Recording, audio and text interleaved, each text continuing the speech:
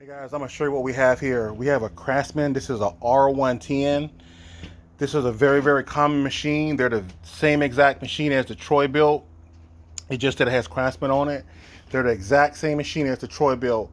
Let me show you the problem that the customers have. And the problem they're having is that they were cutting the grass and it stopped suddenly. They thought that a fuse had blown. They thought that the key switch had burned out. They thought that something electrical had went out. This is what they done. They went and bought a brand new key switch. Brand new key switch. They went and bought a brand new starter solenoid. It wasn't even none of those right there. The problem that I'm going to show you is very, very common with this machine right here. Like I say, the little Troy built rear engine riders and these right here, exact same frame, exact same chassis, exact same style motor that's on it, exact same electrical setup. This little safety switch right here, that right there is a very, very extremely common problem with these machines right there. If this little deck chute right here, this little plastic cover right here, this is where the chute goes at, this is where your grass comes out. If this right here little cover is not mounted securely to push this little button right here in right here, this is a safety switch. This is a safety switch that tells the machine, hey, this cover's coming off, the blade will be exposed right here, and that there's a safety issue. And all you got to do is just bump this thing right here lightly. If you're bringing it inside of your shed, if you're cut up against a fence line, if that little cover comes from unbolted right here, and you can see where they ripped it out, you see how it's ripped out right there?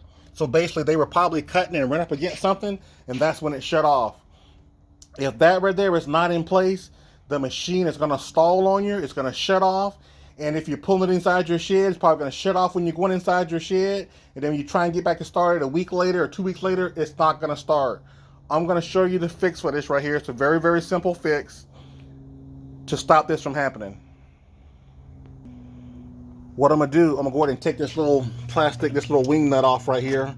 Loosen this wing nut, put it back in place, and I'm going to put a self-tapper, basically a roofing screw right here on the inside to activate this switch. You won't have that problem anymore. So basically what I have, this is like a roofing screw. This is what they use to put tin down on top of tin roofs and everything like that right there. It's just got a piece of rubber inside of it. That doesn't matter. It's just a self-tapper. See the tip head of it? It's a self-tapper, like a 1/4 inch self-tapper is all it is. That's all I'm going to use. Put it inside my screw gun. Push this right here in all the way to activate that switch. I'm gonna go in at the top corner up here, the very top corner. Therefore, it'll be as close to that switch as possible, and it won't hit the blade. That's all. That's all it takes right there. And I'm gonna put the wing nut back on here. That's all it takes. But if you're dealing with this Craftsman r110. When the Troy built, like I said, they're the exact same machine.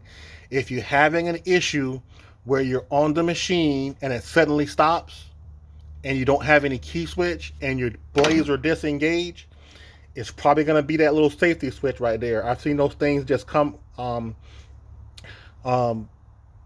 tip end of it, of the shield, just pop up while you're riding. I've seen people hit stuff with it. Be very, very careful. That's probably going to be your problem. If you like my content, if you like what I'm doing, please like, share, and subscribe.